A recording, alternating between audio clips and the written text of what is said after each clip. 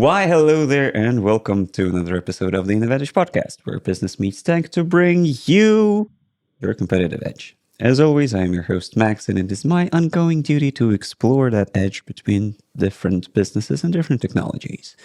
And today, we're going to be talking about a very interesting intersection. We're going to be talking about mergers and acquisitions. We're going to be talking about due diligence. We're going to be talking about technology and the role it plays in all of that.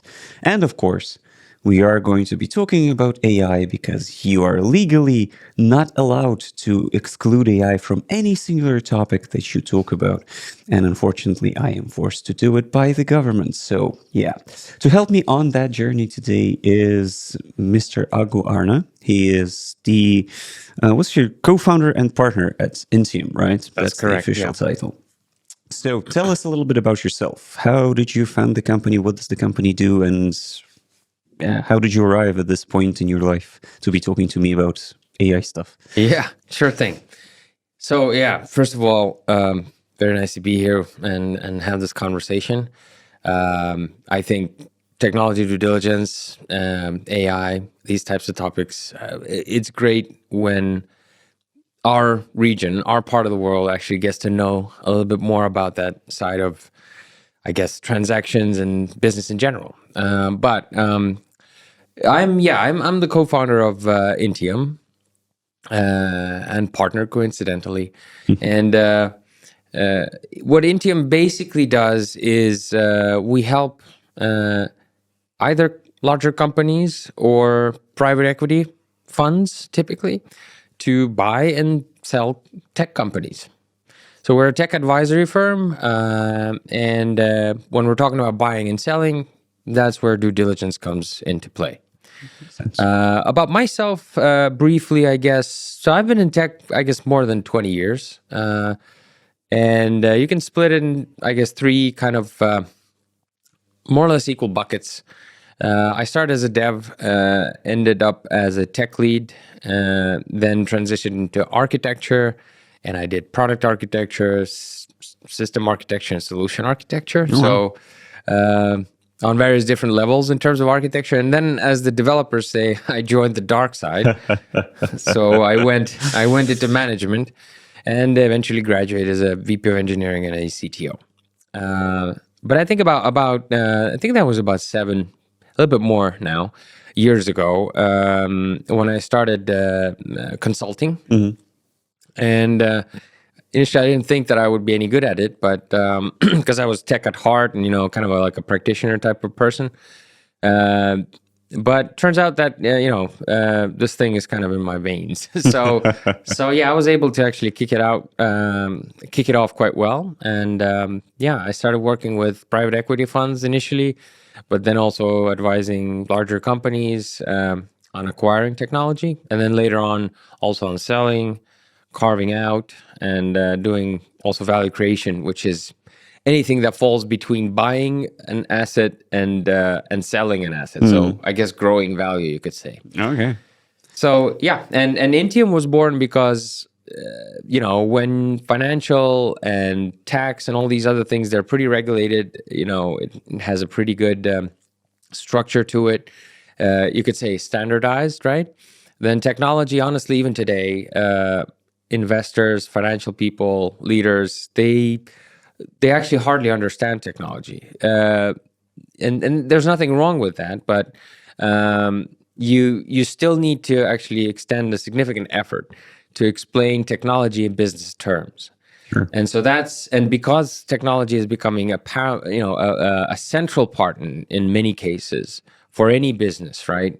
Whether you have your own software or you're just buying different tools and integrating them together to automate business processes, technology still is there, right? So it's become an imperative for businesses, and that's why understanding technology on a business level has become pretty important. So with Intium, we wanted to create that standard. As I mentioned, other sectors sort of have it. We thought it would be good to also describe technology in a standard way. So we did that, and we also noticed that, with the system that we've devised, you can put it into software. So yeah, so we we created Intium, created our own software, started doing analysis on different acquisition targets, and here we are. Well, that's quite a journey. Quite a journey. Yeah. Like even that leap from tech to management is big enough. A lot of people try to do that leap and fail to do that leap for numerous reasons, personal and otherwise. And then the extra leap of going from that to business, generally speaking, is a very hard thing to do. And then technological business that focuses on due diligence in the M&A process is another level of complexity on top of that. So would you say that you have succeeded in, carving out your position in this niche, or are you still learning? Well, I think I'm learning every day. Honestly, there's just so much depth in terms of what something minute in technology can that effect that it can have on different other business considerations. But it's interesting, if we think about how you explain things to management, right? You could say, for example, look, this company, I looked at them, and they're not running unit tests. Can you imagine that? So if you're a consultant and you're telling that to the investor is going to ask you, oh wow, they're not running unit tests, so I'm not going to buy the company, right? But that's not what you want to say, right? So the idea is to actually figure out what does that indicate that they're not running unit tests. Is there a problem with quality, posture? Is there an issue with leadership? And then what this company is trying to achieve? Are unit tests even important for them? So it's not really, it's not important, or it's not as important to indicate certain things that are different from best practices, but rather to assess what kind of an effect it has on your or the company's business ambition. And I think that's the area where I keep learning every day to kind of figure out, okay, there are best practices to do things, but they need to be rationalized somehow. You cannot just blindly implement best practices everywhere where they're maybe not even needed, right? So it's really about the balance. And so understanding that balance, getting that insight from the business, trying to understand the business ambitions, I think that's the area which was really fascinating, and how it really projects on top of technology. And then from the other side, how technology influences it, right? True. Yeah. True. It's a very interesting point, and I'd like to expand on that since you and I talked a little bit before the cameras started rolling and the mics started receiving our wonderful thoughts. What has changed, in your opinion, in recent years in terms of tech due diligence? How has Corona impacted the whole thing? How has the recent legislation impacted it, if in any way? Yeah. Well, sorry. Let's start one by one. So in terms of how has tech DD or tech due diligence changed? So if we take 20 years back, so 2000s, tech DD used to be a sort of like a nice to have thing. You have a business, you kind of have a feeling that there is a significant piece of the viability of the business rooted in technology. So you kind of go around your friends who are kind of techie, and you ask one or two of them to take a look and kick the tires. So they would go in and, they'd kind of tell you, like the same example. Oh, they're not running unit tests. Okay. So you get a laundry list of issues. And typically that laundry list would be stemming from the profile of the tech person, right? So you have these process or organization people, and then you have like architects and infrastructure buffs, right? And then everyone talks about their strong suit, right? Sure. So you don't get that 360 view. So you get a laundry list of things, and then you kind of have to decide, okay, is it good enough? Is it not good enough? Is it so that was in the 2000s. In the 2010s, the funds and buyers basically started to understand, hey, you know what, tech is actually like everywhere. We probably need a little bit more professional approach to this stuff. So initial firms started to emerge. Big Four started doing tech DD. Well, they did it before, but it was like a sidecar sort of exercise next to the commercial due diligence. Evaluating the product itself. But what started happening is kind of those exercises, those professional tech DD exercises. What they started producing is like still a laundry list, but it was a 360-degree view. Like you would go in and check the leadership guys and the technology, the architecture, the infrastructure, and whatnot. But you'd still get a bunch of issues, right? Oh, we found this and we found that and we found the third thing. But there was still the link that was missing was like, okay, so what's the influence? What's the business impact of that thing not being there? So, although it was professional, it wasn't, it wasn't as impactful, I guess, in terms of the analysis and the results. And in the 20s, people started realizing, okay, business impact is super important. So a lot more effort was put into figuring out, okay, what do you want to do with the business after you buy it? And then we take that and, and analyze the company through that lens, right? But then the problem became consistency. So let's say if you, Max, were to go and do a tech due diligence on somebody, and then I would go and do it, it would have a different flavor, the report, right? Yeah. Let's say you're the process guy and I'm the tech guy, and so I'm talking about tech all the time, even though it may not be as important for this specific deal, and you'd be more emphasizing the process side of things and the organization, the product. And so, the buyer or your client or our client would just say, you know what, I really want to work with Max because Max is really talking about stuff that I understand. And, Agu, he's not, he's great and all, but, he's too techie, I don't get it. I don't understand this pattern stuff, So because of the inconsistency, that's where the standard comes into play. So I think there will be a consolidation in terms of what the buyers are seeking in terms of the output from these firms.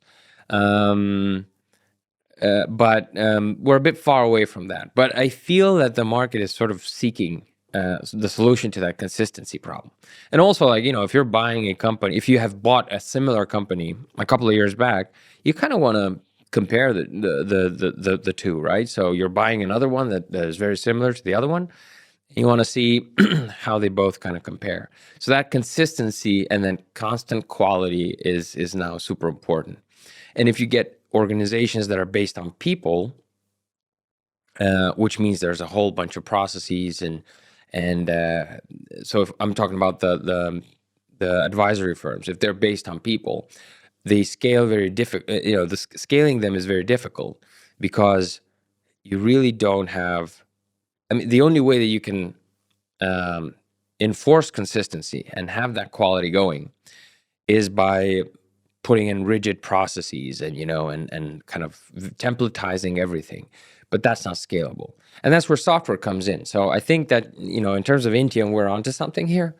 And the cool thing is that it's not just, doing a penetration test or, scanning the code or doing a code review. It's much more than that. And so building a software around how to do that consistently, that's kind of what we're going for. And I think that's where the industry is going as well. Okay, so what If that makes sense. Does tech make sense? Yeah. in general, like how our industry behaves? You can say yes because you do understand the patterns of why some things are the way they are, but then again, if you ask why the patterns are there, then it becomes a little bit of a difficult question to answer. Yeah.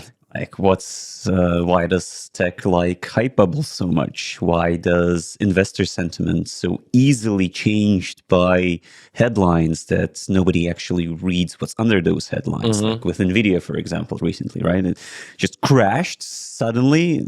But what has really changed? Has NVIDIA stopped being the top one producer of GPUs that are used for most things now, especially with AI? No. No, not So really. Yeah. does that make sense? I don't know.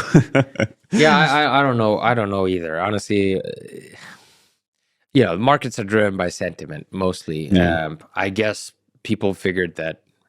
I don't know if we should, if we're going to dive into this, but I guess just people figured that, hey, you can train an AI without that much hardware necessary, so it's cheaper, and maybe NVIDIA is not going to sell so many units. So, but in terms of them being, at the center of empowering and enabling I don't think that's going anywhere. So, yeah, I don't. But markets are markets. They're capricious. That's a good word to describe them. Capricious. So, what then are the key technical risks that you look out for generally when approaching a tech DD? Mm-hmm. It's kind of multifaceted, but I would talk about two main pieces. The first one is, I think, educating the client, the buyer, or the person that wants to either do a tech DD, or the company that wants to do a tech DD, that technology due diligence is not code review, Mm-hmm. or is not an architecture review. Yes, the technology due diligence includes that. I think it's a central piece in the whole story. But if you think about technology as an engine in a company, right? I mean, an engine in a car is not identifying or setting the destination, but it gets you there, right? So you need somebody to set the destination, and then rely on the engine or on the car that it will actually take you from point A to point B. And if it's going to stop in, midway, and you're not going to reach point B, then you failed, right? So, if we take that allegory, I guess, in technology, you want to make sure that you have the car that's going to take you from point A to point B. But if you're just going to take infrastructure and architecture and code review and describe that and just say, well, their architecture is all spaghetti, and it's not scalable, and this, that, and the other, and you don't put it into a context of a business, that's one thing. But then there's also the people in there, right? And I think you cannot separate those two. So you need to actually analyze who is managing that technology. If it's all, tangled up and convoluted and whatnot, is that because of the people there? Maybe they've already realized that that's the problem and they're already rebuilding it. Moreover, maybe that transformation is already built into their selling price, right? Into the target selling price. So, and that would indicate that there is enough technical acumen to get you from point A to point B, even though there are certain things to fix before that, right? But you can get there, and, it's factored in, and, you're good to go. So then there's people, right? And then there are the processes. So I like to think about processes as glue between people and tech. So it kind of makes stick both of those together. And, if you have convoluted processes or silos in the organization and whatnot, you may have great technical acumen and you may have great architecture, but it's going to go south very, very, very soon, especially if you're holding the company for, 5 to 7 years. Mm. So it's not going to work out that well. So I guess what emerges from this is, and that's the first side of it, is what are the main risks? Is that you actually want to take a 360-degree view at the company. You can't just go in and just look at one thing, because it's not going to give you the full spectrum of answers that you need to make that decision. And also, you're not going to be able to derive various different levers to make the deal happen. And I'll talk a little bit about that later as to what those levers are, why that's important, right? But in terms of the biggest risks when you look at the tech company, I think if we think about the deals that have not happened, right? Honestly, in my practice, I have seen a handful only, and I've seen tens and tens, almost not 100 deals, but close to that number. So, but a handful that have not gone through. I guess that there are a couple of reasons for that. The first reason is that when an investor is getting to a due diligence phase, they've already put in so much effort in there. I guess then the question becomes not whether it's a good buy or a bad buy, but it's rather, hey, how can we make this work? Okay. So there needs to be a really compelling reason there to run away. Sure. So the top one being that the company tells you that there's something in there and turns out that there's not. So like we have this interesting cartoon, native Estonian cartoon about a girl, a girl that's also a dog. Okay. And so there's a character in that cartoon where so she lives in this inventor village, and then there's a character there who also wants to be a great inventor. It's a rabbit, and so he invents a carrot slicing machine. But it turns out that, so it's a big box and you throw carrots in and then slices of carrots come out from the other side. But then it turns out that his wife is in that box and she slices the carrots.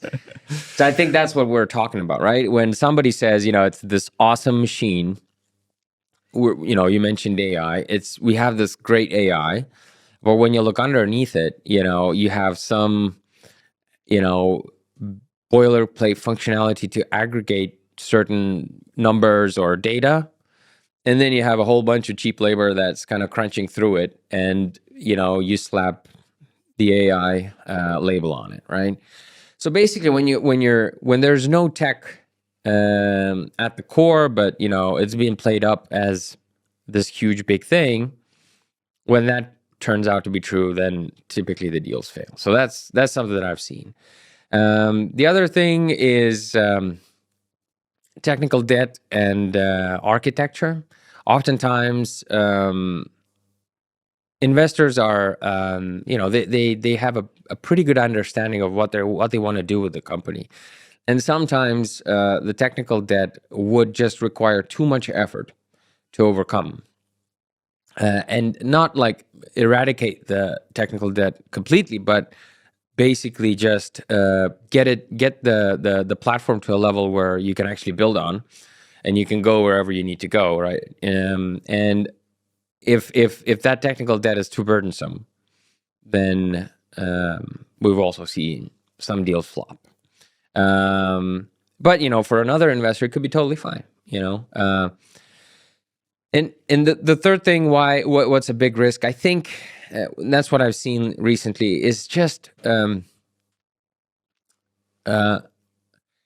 just limited preparation for the sales process by the target. So you're kind of like and we're talking private equity. The guys are looking at mature companies, not startups really. So when they haven't really prepared that well, it kind of shows.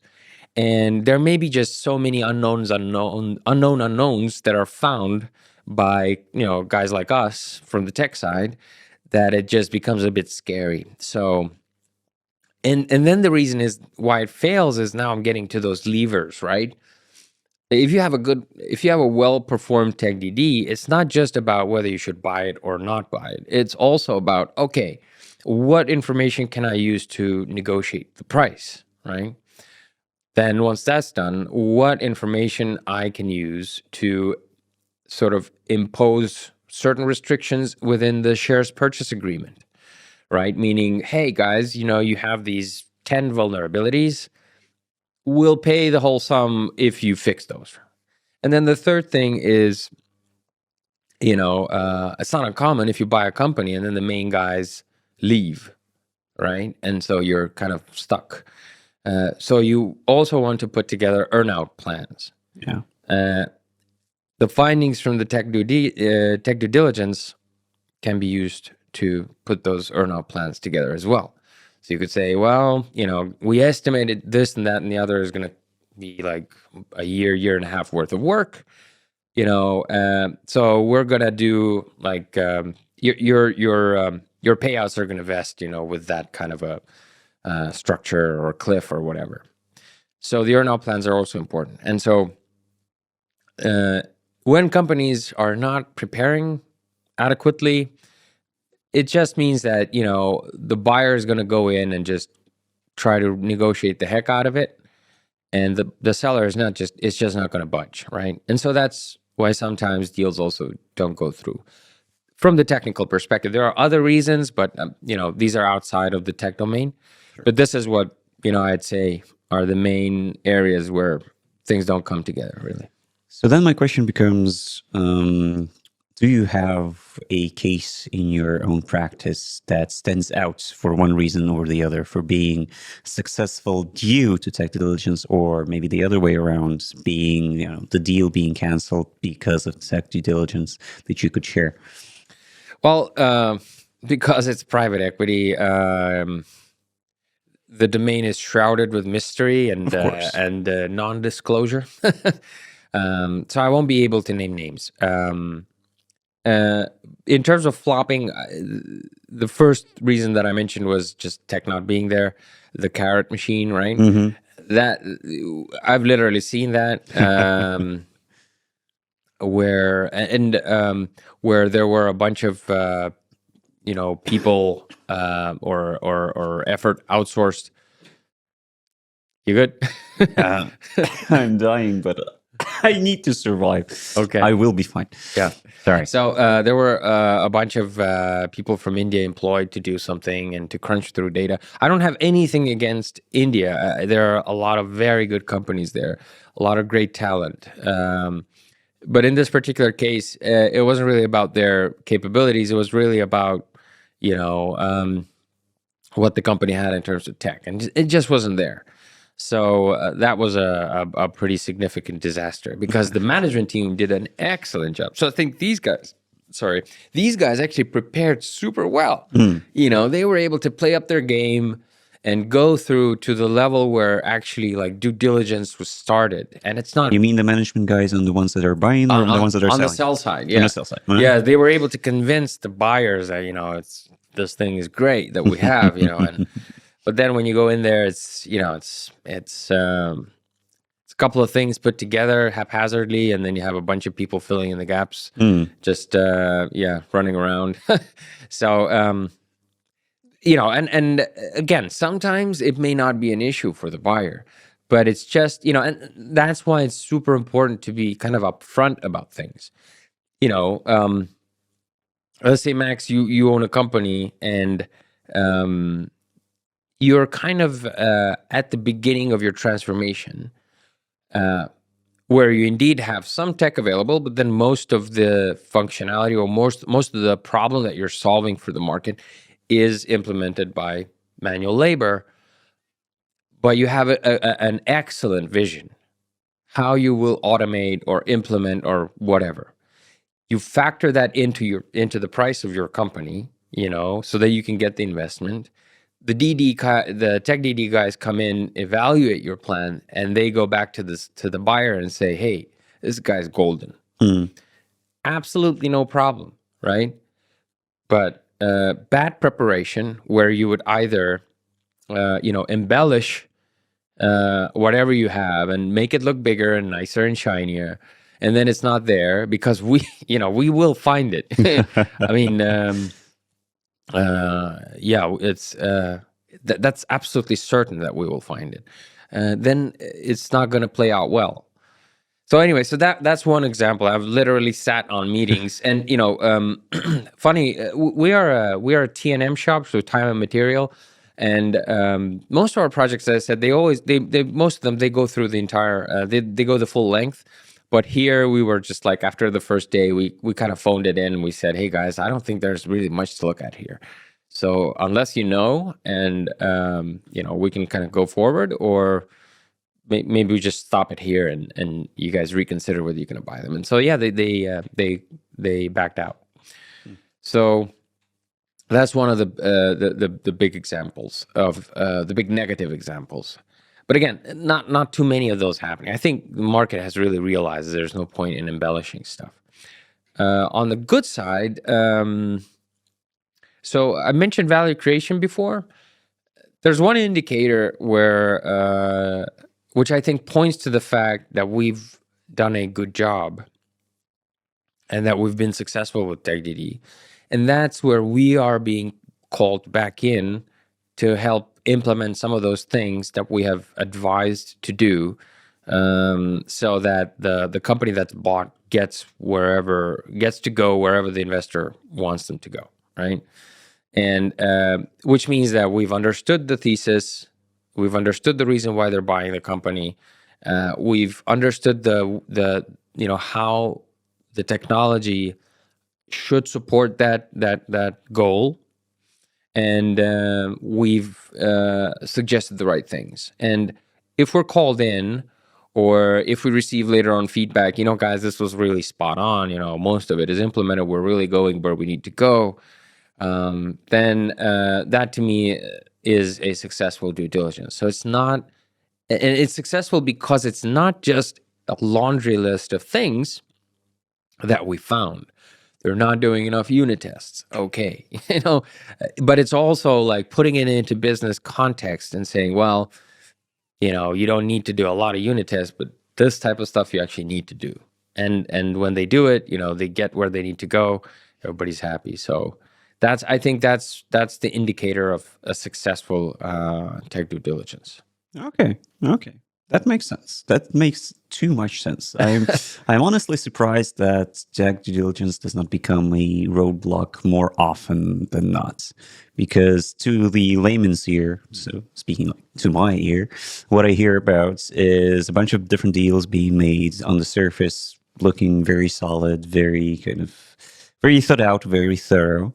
But then on the other hand, I also see the one example that was screaming in my mind when you were talking about, the example of the cartoon character's wife being inside of the machine, is the Walmart, I think, example of them having self-checkout stores where they advertised it as revolutionary AI technology, where you don't need to pay or scan or anything. You just come in, you take it out, and then you go out.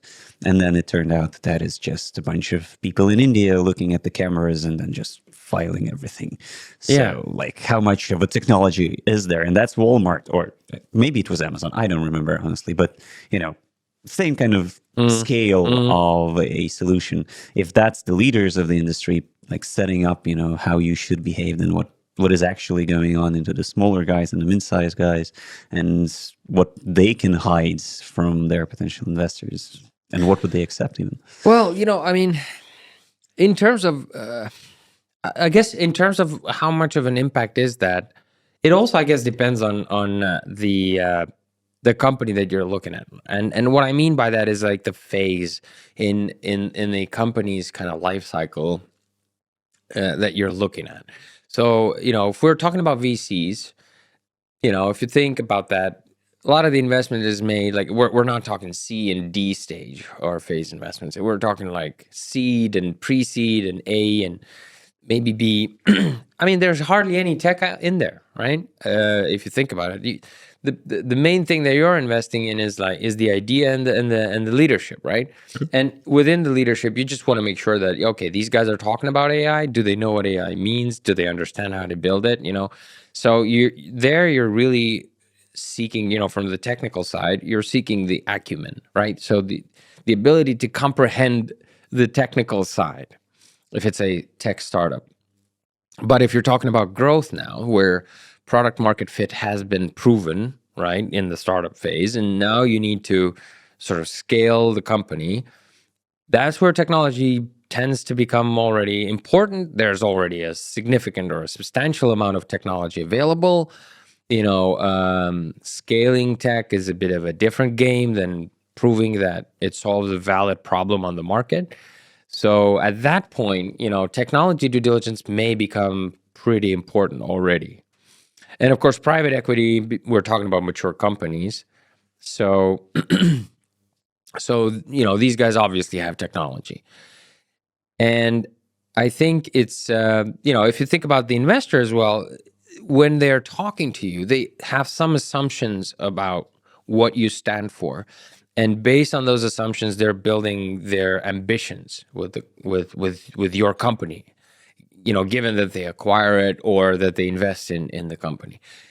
And if you lead them down the wrong path or the non-truthful path or embellished path, right? The path that that sort of paints your company in a light that is not, that is not adequate, that is not truthful, then all of the work that they've done before they actually discover that there's nothing in there is going down the drain. And so all of a sudden their business case doesn't work anymore. So that's why it's important to, communicate adequately to the investor. What do you have? So in the case of Walmart, I suppose if there would be somebody buying them and they would be kind of saying, okay, right now we have these Indian dudes that are, checking the cameras and all that.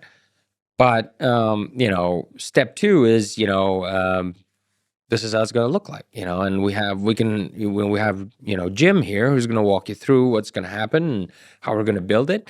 And if that thing is solid, what's wrong with that? There's no problem, but the investor has to know. Oh yeah. So yeah, it really depends on in which kind of a situation you put that thing, and you have to be flexible. And you'll notice like the way I'm kind of turning it around all the time, but that's so like that's very usual, very common for investors. They're always pivoting the ideas around. That is true. And that is not something that is inherently bad. It's probably more so a good thing where, again, a lot of the layman's understanding of the investing world is that, the myth of the self-made visionary technological leader that has that clear vision of a better tomorrow, and then against all odds, he just, or she, does that vision from nothing in their mom's garage or whatever. Mm-hmm. Right. But the reason I'm calling it a myth is because it mostly is. Like, even the most famous examples aren't really like that. And realistically speaking, it's more so, and correct me if I'm wrong, more so a process of actually finding a niche, of trying different things, of failing a lot before you actually find something that kind of works, but probably not 100% there. And then you spend the rest of your time getting to a place where it makes sense, basically, either from the tech side or from the business side. And pivoting is just an inherent part of the whole process. Yeah, I was just about to say that pivoting is an inherent part of building a company, and whether it's a startup or a bootstrap company, it doesn't matter. You still have to find out what is it that you're solving, and then how, right? And then how you make it viable. And the interesting thing is that I find that the most important role that the investor can play, obviously finances are, they're necessary, but just the money, that's probably not what you want as a company leader or a CEO or a founder. You really want to have an investor that's going to be there with you and that's going to help you. I guess if you're a startup, find the fit. Figure out your go-to-market. Or if you're already an established company, then how do you grow? How do you make 1 + 1 = 3, right? So, and it's astonishing how smart these investor guys are, actually. So I've got the chance to work with a lot of very, very cool people. Most of them are not from startup world, so they all wear suits, but they're really smart. They're really, really, really, really smart. So I've had the privilege to work with a lot of them, and it's it's been eye-opening. And frankly, that's that's why I learn every day, to be honest. Yeah. I think that is also a showcase of intelligence. People aren't born smart, or they don't become smart in like the first years of university. It's a process of actually continuous learning.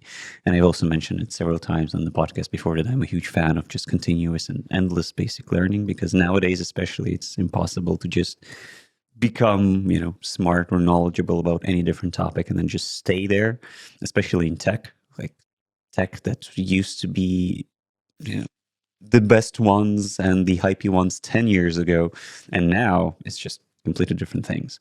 Even 5 years ago, like it's impossible to just stay there without a continuous process. So we've talked about AI in passing a lot today, and I'm sure you faced your share of companies that are centralized around AI solutions, where their core kind of proposition and their core business idea is at least positioned as an AI solution. But then again, I also know that a lot of realistically speaking companies that position themselves as AI tech based are just GPT wrappers, basically. So what would you say, how often is that really the case, if that even does happen? And if not, or if yes, like what's the key for an AI company when they're being DD'd Or evaluated? Yeah. So I'll start from afar. Okay. The wrapper companies, honestly, I don't think there's anything wrong with being a wrapper company. There's absolutely nothing wrong with that. I read somewhere that it may be even more important to be a wrapper company than to be, let's say, OpenAI or a similar one, because as a wrapper, you're interacting directly with the user. And once the user builds a habit of interacting in a certain way with the wrapper, then the wrapper becomes sticky. So, because of the habits and all that. So, I would say that wrappers are, and the interface, right? The man-machine or human-machine interface. That's incredibly important. I mean, think of the phone that's on the table.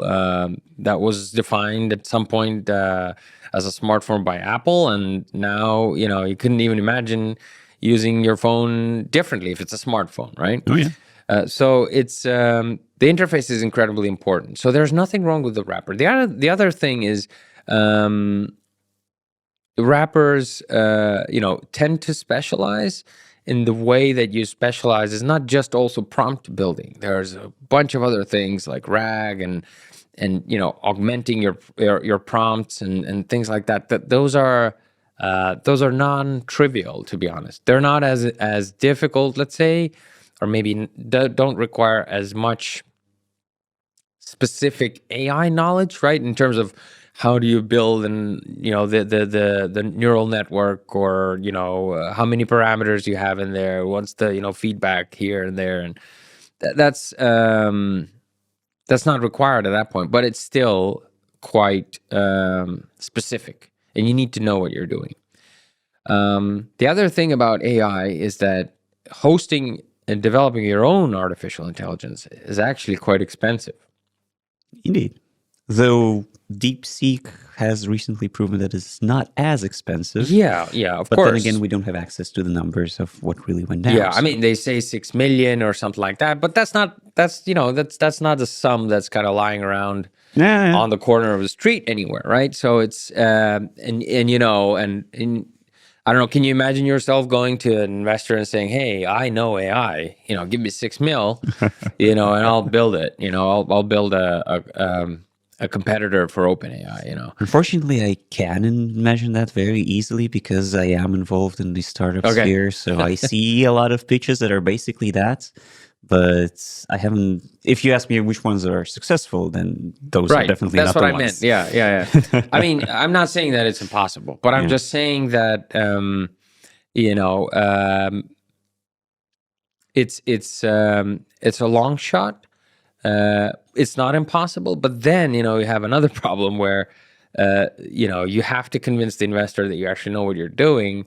But I don't know a lot of people that can simplify it in a way which would be convincing enough to be able to explain that what you're doing in terms of AI, right? Because it's so techy. So I think if we're talking about assessing an AI company, I would actually ask myself from a tech perspective, does the company actually use AI to solve, or is AI the adequate tool to solve this particular problem? So mathematical regression models are a great tool. They can be used and they work pretty well. You don't necessarily need an AI, or a statistical tool or statistical regression tools. There's a whole bunch of those mathematical models that you can use on data that work quite well and can be applied in certain situations. If you're applying AI in those situations, AI will do the job, but it will probably mean that you don't really know how to solve that problem. So you're using AI. So the first thing that I would probably look at is it's not what I look at, it's what we look at genuinely, is whether AI is used in whether AI is used in an area where AI should be used. And after that, then we try to evaluate whether the team knows actually what they're doing and why they're doing it, right? Because if you're a rapper, you cannot be a simple rapper, because your competition will catch up to you super quickly. So you need to specialize somehow, and you need to be better than others. And for that, you need to know how AI functions, whether it's an off-the-shelf AI like OpenAI, or it's your own built AI. And the third thing, so we also use AI. So we've developed a tool for early stage tech evaluation that also uses AI. But for us, obviously, privacy is important. As I mentioned, we work in a field where NDAs kind of rule the world. Oh yeah. We're unable. We cannot use sort of third-party AIs. There are options, but it's kind of iffy. So we're really playing around with our own hosted AI. But data privacy is a big thing. More in Europe, I guess. Also important in US. Don't get me wrong. But in Europe, definitely one of the things to watch out for when you're looking at AI. Yeah, I think that's a very interesting point that you bring up, is generally speaking, the privacy of both data, personal and corporate, and of intellectual property when it comes to technical companies where their intellectual property is usually the tech. And if that tech gets leaked, or if it gets reused or stolen by somebody else to train a model, then the question of an investor becomes, okay, like, how much is that intellectual property actually worth? So you have to protect it. And in Europe, we do have our AI Act that's at the time of recording, the second round of provisions are just getting into place, being activated. So, and, we mentioned phones, for example. Apple Intelligence is not available in Europe due to numerous amount of reasons, as are many other products that are available in the US and aren't available here. Some may say that it stifles innovation because, they have features, we don't have features. And with the insanity that is our current geopolitical climate, being, not ahead of the competition is is not somewhere where you want to be, basically. Yeah. But it is what it is. But what do you think? Is regulation that we currently have in Europe a net positive for us, for the environment, for the industry, or is it a net negative, or is it too early to tell? Maybe. Hmm. Well, first of all, and I might sound politically correct here, but I do not have anything against regulators. Um, I remember a similar type of noise at the time when GDPR was drafted up. Uh, Today we're kind of okay with it, right? I mean, and there are a lot of, well, not a lot, but there are derivatives of the GDPR where GDPR was used as a template, like the CCPA, which is the California Protection Act, Data Protection Act, the UK Privacy and Act, very similar to GDPR. I mean, I would even say as much as they're copies, because I've read through all of them. They're basically copies. So I feel that this is something that we've done pretty well in terms of regulation. It does stifle. I wouldn't say it does slow down innovation because it's a barrier. But then the question becomes: is it insurpassable? Right? I don't think it is. I think we need to get to know it, understand it, and figure out how to work with it. That's from one side. That's in favor of the regulators. On the other side, on the flip side of this, I think that in the European Union, we have some very experienced, very good regulators. They understand the side of people and they know how to protect it. However, I feel that we don't really have enough business reps and tech reps around the table being part of the conversation. So I think it needs to be a little bit more collaborative as opposed to an imposing exercise where you just basically shift something out and say, okay, get used to it. I mean, I'm sure that some tech and some business has been consulted, but I'm not entirely certain how representative that is in the entire process. And I feel like it's lacking a little bit. So I don't think that we should be kind of free of any regulation. Because if you think about it, I think that I'm a good person. And I feel like if I do an AI that is trained on people's personal data, I can implement something fantastic. And that's true. But there are a lot of people out there that are not like me. And if they get if they get hands on this type of data, and if they can train an AI, think of the amount of manipulation that can happen with that, on an automatic scale. So it's, or rather, on a scale that's automatic. Can you imagine that? Oh, yeah.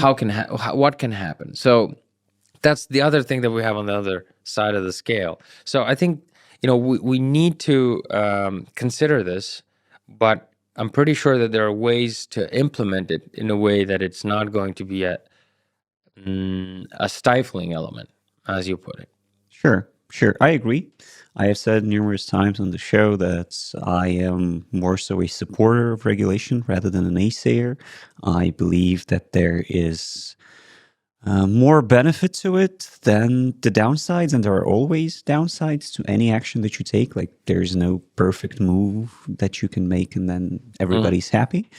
But looking at the US and looking at us, I feel that we are finding more of a balance, let's put it like that, than they managed to do. Yeah, and the way that I look at it is regulation is a policy. And the way I understand policies, or the way that I relate to policies, is that policies are a way to make us aware of certain things. And if you regard this in that manner, it's kind of like somebody telling you, "Hey, don't cross the street. There's a car coming." Right? So that's a good thing. It's not a bad thing, and they're just saying, "Hey, watch both ways. Take a look at both ways, and then if no car is coming, I'm talking about cars too much today, but then you can cross the street." So if you view regulations like that, it doesn't become an obstacle. It's like somebody telling you, "Hey, if you're going to do that, somebody can take advantage of that, and something's bad. This can happen." So that's a very interesting point of view. I've never viewed regulation from that lens, to be honest, but I like the added value. It's a positive connotation. Yes, yes. Very positive lens of, of not your parents not telling you to don't touch the stove, it is hot, but actually the government warning of you, okay, so, these types of stoves, those can be hot. These ones, maybe not as much. So just FYI. Exactly. I'm pretty sure your parents are not telling you to touch the stove because they don't want, because they want to, like be nasty to you or something. They don't want you to get burned, right? Probably not. Probably not. Let's hope that not. But yeah, and there are also regulation outside of the AI Act. That's just kind of the main one. We also have the DORA regulation, and we also have like general local regulations that each and every single country has of their own. So, for example, on this show, I've talked to the chief data officer of Estonia. And he did mention that the current digital literacy of the population is something in the high 80%. Don't remember. Check out the episode and you tell me how much it was. I think it was 87, but I might be wrong. And the general kind of plan of the Estonian government is to raise the data literacy in somewhere to that front, but as the first step to like 50, 60% by like next 5 years. And I think literacy is a very important thing here, which is also very much connected to how you described viewing regulation and understanding what kind of data you have, what it can be used for, and what are you agreeing to when you agree to do basically anything in our current world. Yeah. So, but in simple terms, right? Yeah, and understand that's where the literacy comes in. That's where the amount of people that are data literate needs to rise, and the only thing to do that is to explain in very simple concepts so that everybody can understand. And hopefully this show will contribute a little bit to that, just a tiny smudge. But yeah, generally speaking, I feel it's a more positive development for us and for just me being a citizen. I feel a bit more safe in that regard, rather than just having my data available to every single like advertiser or data collection firm that wants it. But the interesting thing is the other side of the spectrum, where so you have regulations, let's say, that indicates to you. So basically, that gives you the knowledge of how the data is used, right? It gives you some solace. If you don't have any regulations, you can assume that the data is available to everybody. You can still act on it. But if it's kind of in between, you turn paranoid on every single bit of information because you don't know whether it's, whether it can be accessed anywhere or not. And I think that's like, maybe that's just me because I know, what's going on in the background, right? But I just think that if the data literacy grows in people in general, not just Estonia, but in people in general, I think, both of those, the extremes of those two of the spectrum are manageable. You can at least make some kind of, decisions. But when you're kind of in between in the gray area, that's where things get funky. That is true. That's true. An example that comes to mind is a personal one. So when I had a Google phone, naturally they rolled out their Google Assistants, and you say, "Hey Google," and it helps you. I never used it, don't like it, and just turned it off immediately. But then I remember we were sitting and just talking, and I'm like, yeah, I could have said, "Hey Google," and my phone would do something for me. And then I see my phone kind of have a notification pop up. Did you just try and connect with the smart assistant? And I'm like, yeah, the smart assistant that I turned off that is not supposed to be listening to me right now. How did you know that I tried to do it? And then that's the paranoia sets in. Like, okay, I thought you weren't listening. You obviously are. And then to what point are you constantly listening to every single word that I'm saying? Why? What are you going to do with that information? So, paranoia. Yeah, and then you laughed, and your friend laughed, and Google laughed, and Alexa laughed. And you all had a jolly time. Indeed. And then I shot my phone and I bought another one. Yeah, that's how it generally works. So that's where we are right now. At the end of the day, we're in a very interesting position, in a very interesting juncture, I would feel, where we have transitioned to a full-on tech-reliant world. I think that's a safe assumption to make. Everything is so interconnected, and we are so interconnected that nobody really knows how the systems work anymore. Not all of them, at least. And then we have regulations, and then we have private businesses, and then we have equity, and then we have foreign interests, and everything just kind of interconnects. But looking towards the future. Yeah. What do you think? Well, I think with the coming of AI, we're going to get even more connected. Yeah. In multiple factors more. Yeah, for sure. It's not going anywhere. And I think I actually welcome it. I was just flying. So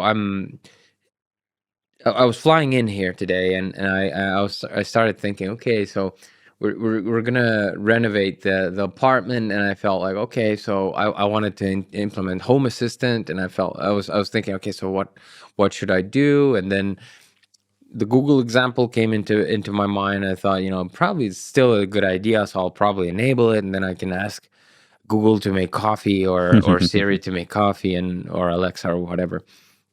And that's all possible. I felt like, and it's actually a low-hanging fruit. It's not something that that you have to really sort of figure out. Today, you kind of have the building blocks, and in most of the cases, you can just connect all these things. And more importantly, you can build on top of the data that these things sort of expose. So you don't have to tell Google or Alexa to make coffee. It will just know that it's Saturday, you're sleeping in, whatever, the shades are drawn, I don't need. And so this type of stuff is going to start coming in very, very soon. Yeah. And that's what I was thinking. I was thinking, will it come in form of suggestions like, hey, I noticed, you're drinking coffee at this time, usually on Mondays. Should I make coffee for you next time on Monday like that? Or is it just going to make it, and then where does it stop? Is it going to unlock your car or not? And what if it's wrong, and you're not there? So, but these are really very different problems to solve compared to what we're doing today. Indeed. But at the same time, they're already palpable. You can feel them. They're just around the corner. So I think in terms of tech, it will just become a lot more convoluted. But even more so, we need to have some ground rules in place that are going to explain to us what type of information can be and will be used to implement these scenarios. And without those ground rules, who knows how this is going to look like? And I think that's what's going to be pretty scary, because you cannot expect people to be specialists in AI and specialists in IoT, and and it's you can't do that. People it's incomprehensible to many people. True. So we need to have some ground rules in order for people to be able to understand it on a logical level, what's going on. So how do you see then the future of AI, or generally speaking, in your industry specifically, like mergers and acquisitions? What's the future role of AI? Would it replace you and your company completely by just having an AI assistant come in and do DD for the whole thing from the top to the very bottom, or is it something else? Yeah, it's actually possible. It's possible, but not yet. Um, if we ask, okay, so again, I'll start from afar because apparently that's what I like to do. AI is actually used by investors, investment directors, already. Mostly during early stage analysis. So investment houses, they have their own analysts, they have their own short lists of companies that they're eyeballing, that they are collecting data on. And you can use AI to analyze that data. You can use AI to automate a few things, to notify you, hey, this company became more lucrative right now. Maybe you want to check them out. But also investors are literally asking, ChatGPT over ChatGPT, hey, this Maxis company, how does it look like?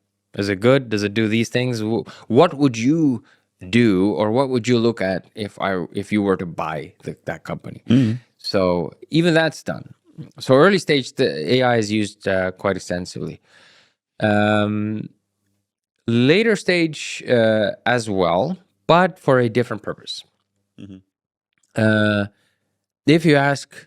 If you dump everything on AI these days, and you're not a professional in a specific field, so let's say you ask the company to provide you a whole bunch of documents on technology, then you dump them on AI and ask OpenAI via ChatGPT, hey, tell me how, what are the top issues, or and what should I do about them? And the interesting thing is that you will receive a beautiful, polished answer that totally makes sense, but is not true. Yeah. Because AI tends to hallucinate. And what I mean by that is, it tends to fill in the gaps with logical information in passages, but they don't make sense. So you get a story that is not true. And that can be a pretty significant problem. So as I said, we are playing around with AI. We have already embedded AI in various different areas, and I feel where AI is specifically useful is in summarizing large amounts of information and data. But the trick is using AI in a way where you would still allow the professional, the expert, the consultant to, I guess, extend their expertise, right? So the summary of the AI analysis is an input into the expert's thinking. That's where the trick is. And you have to do it in a way where AI doesn't leave anything out, anything important out, right? And that's, where you want to kind of make sure that it doesn't hallucinate. So that's the trick that we're tackling. And I think we've come a long way, and I think we're in a pretty good spot right now because AI is helping us conduct due diligences, but we are far, I guess, relatively far from AI actually conducting full diligences. Because like today, we were actually joking, we have the framework from which we can derive questions for topics. We have previous data. We can do all that, and we can build all that. So, we were actually joking that we could put a voice generator on the other side that would speak in Arnold Schwarzenegger's Terminator voice and ask questions like, and people. Do you have a CI/CD pipeline? Yeah. But going even deeper and kind of like really really going deep in those topics, because we do ask that question, but we then go 10 or 20 levels deeper into that question as well, which is kind of the cool side of us, because we have real practitioners, guys like me, basically, that have seen tech inside and out, right? So they can actually go in and even take a look at, I don't know, Terraform or Ansible scripts and check those things out. So and we can build a voice engine that does that, and we have the capability. But then summarizing all that, even that's possible. Even that's even a lower hanging fruit. But what's really tough is to connect all those findings to the investment thesis, to the business impact. Now that's tough. It's possible, but in order not to get generic boilerplate answers, you actually need today still a human being, an expert in the middle. But human in the middle, that is a completely appropriate and accepted practice in AI systems. And so I think if we make it there, we're going to be really happy in Intium, at least, because we're already making strides in that direction. We already have certain elements that really shave off a whole bunch of time that we used to use to implement or to validate or to analyze data and stuff like that.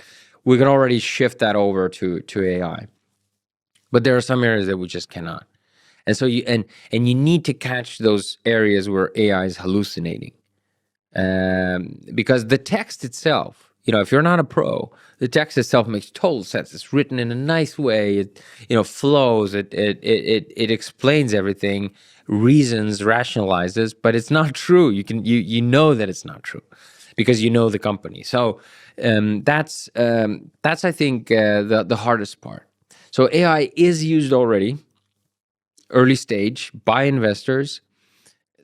Companies are trying to involve the AI in the process, but there are certain areas which would require a bespoke implementation, really, for it to actually start replacing a consultant.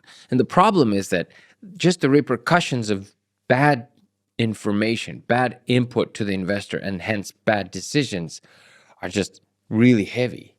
I mean, can you imagine doing a $5 billion deal and then flopping on it because you thought that something's great and it's just not there? Even humans make those mistakes. But see, that's what I wanted to say. Like, AI does not have to be perfect. It has to be better than the median human that is in the middle. And what's dangerous about it is that, hallucinations are a thing, definitely. But I think with newer models, and especially fine-tuned models that are trained on specific pieces of data that are very, very tuned into the specific business problem, they can almost eliminate hallucinations completely. But at the same time, it does not mean that the insight that they give is really insightful. They can give you observations of like a junior financial analyst. They can be correct, 100% correct, but they are those of a junior analyst that does not have the instinct, that does not connect the dots a little bit more, that forgets to ask a particular question at a particular time.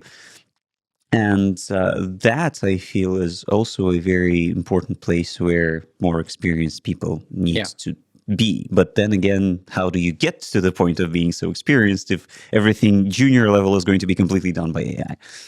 That's right. Yeah, and that's a big thing, actually. I don't know if we have time to unpack that, but it's really that's a serious threat. But I like the observations piece. I think AI is really suitable already today to, if used correctly, to actually make adequate observations that could be used in order to make then inferences by the consultants. And I think the process will look like using AI in areas for observations, and then slowly taking over the human in the middle part until it may become obsolete. But and at that time, I think then the really big thing starts to be, how do you feed that system back so that it gets newer and newer data, so that it evolves with the market. Because 10 years ago, AI wasn't such a big thing. Now it is. And if you don't feed the system back, if the system doesn't learn, it's not going to know about new trends and things like that, and specifics what need to be looked at. Yeah. So yeah. True. Plus, we have the danger of AIs cannibalizing themselves too early before they get to the point of, adequacy, let's say. What do you mean by cannibalizing? Basically, AI being fed data that is being generated by AI before it, and every singular iteration after it being a little bit worse because of it. So, as we've seen with DeepSeek, though, training AI with AI can work, definitely, but... this practice honestly has been used for as long as AI has been developed, honestly. That's true. So it's not novel, and that risk is 100% there. But as a method, it's not necessarily novel. Yeah. No, that's true. So then let's close up with complete speculation, or maybe not complete speculation. Okay. Where do you think people should invest in the next 5 years? What are the types of businesses or types of tech that is going to be definitely bought by the bigger boys, and what should people look out for? Wow. That is a tough one. It's not tough because I don't have an opinion, but it's tough because I don't want to take responsibility for that opinion. If we're talking about, I guess, investing in, there's a way out of this question, but I'm not. I guess I'm gonna try to answer it as best as I can.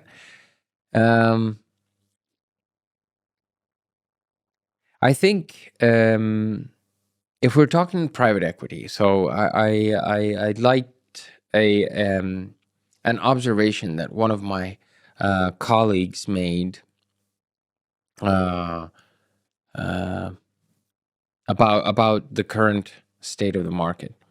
In the past years, there have been a lot of specialized startups and emerging companies that have succeeded on the market coming up. So you could say niche products that solve a specific problem that is certainly out there on the market, and that they solve very efficiently, effectively, and successfully.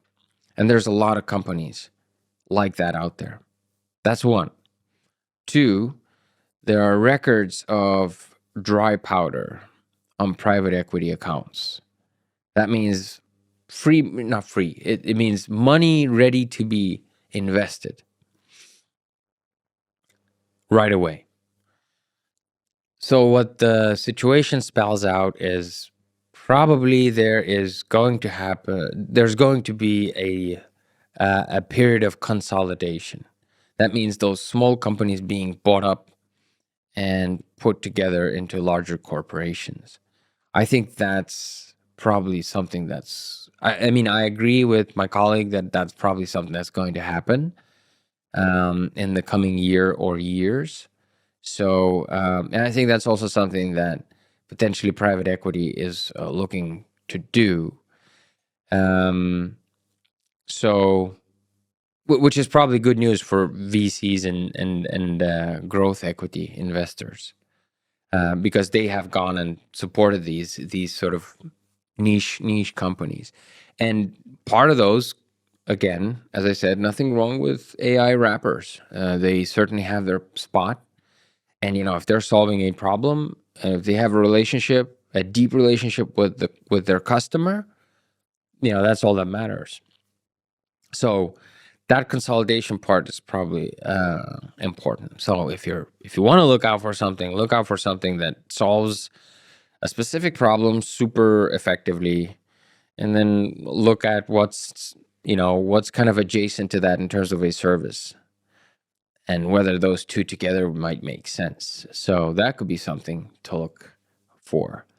In terms of companies out there on the stock market, I don't think I'm equipped to to speculate. But I think, if I were to continue on the note of, on the note that we started on, in terms of, whether NVIDIA has gone anywhere, I agree with you. I don't think it's going anywhere. So AI is there to stay. It is absolutely normal and expected that this domain becomes more efficient, as things do. So we're probably going to see more AI cores or core AI implementations emerge that are going to be even more efficient. But all of them are going to need resources to run on. So I think anything that powers AI is there to stay. But hardly that's any news to anybody. So During the gold rush, don't sell the gold, sell the shovels. yeah, something like that. I mean, I think that's that's a good allegory. Yeah. So yeah, I don't know if that answers your questions, or your question, but I think, yeah, in terms of consolidation, that's probably something I'd be looking at, and yeah, in terms of the shovels, that's probably something I'd be looking out for. Unfortunately, it's not just a ticker name that I can just invest into the next 5 minutes. No, I don't know. I wouldn't be able to give you that. But it's good enough. Good enough. I feel that the observations are pretty valuable and they correlate with what I'm seeing on the market. So if you are looking to invest somewhere, or if you are already looking to sell a company somewhere, then be closer to the shovel. And also, like, if you're a founder, and you feel like you're solving some very specific problem, a narrow one, but solving it very successfully, yeah, I think you could also look at an option where you maybe become a part of a larger company. That could be an exit strategy as well, right? True. So maybe that, as part of the consolidation, winds that are blowing out there on the market. True. That is also a definite trend that I see. Even with us at Sigli, we're working with like mid to large scale corporations, and we see a lot of the mid guys just becoming parts of the bigger guys. Just systemically, every single year, just one after the other. And that's just us. We're very, very small speck in the grand scheme of things. Exactly. So you are already observing it. Yeah, indeed. Well, that's where we're at. Thank you, Agu, for joining us, and thank you all for listening to us as well. As always, you can find more episodes of our podcast here on YouTube. But where do people find you, Agu? Where do they get in touch with Intium and you? Sure. Well, I mean, I'm on LinkedIn, but you can also check us out on the website, intiumtech.com. We have a pretty nifty blog section where we talk about our experience and what we see and what we found, and also some case studies. They may be interesting to take a look at.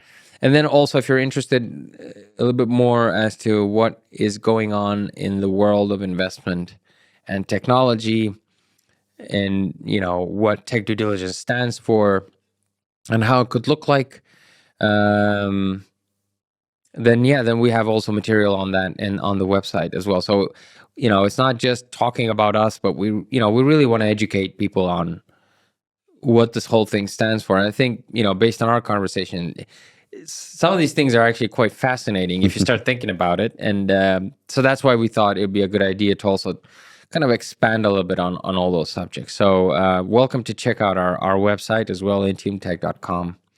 There's a bunch of things there, and the contacts are also there. So I'd be happy to have a call with anyone who's interested in talking to us. So yeah, you know where to find them. And if you invested into something based on Agu's advice and you want to scream at him, so you know where to find him now. Regardless of whether or not you take responsibility, now people know where you are. Yeah. So yeah, thank you very much for your time. Like, share, subscribe, tell your parents about us. I'm sure they would love to hear us talk. And look out for the next one. Bye-bye.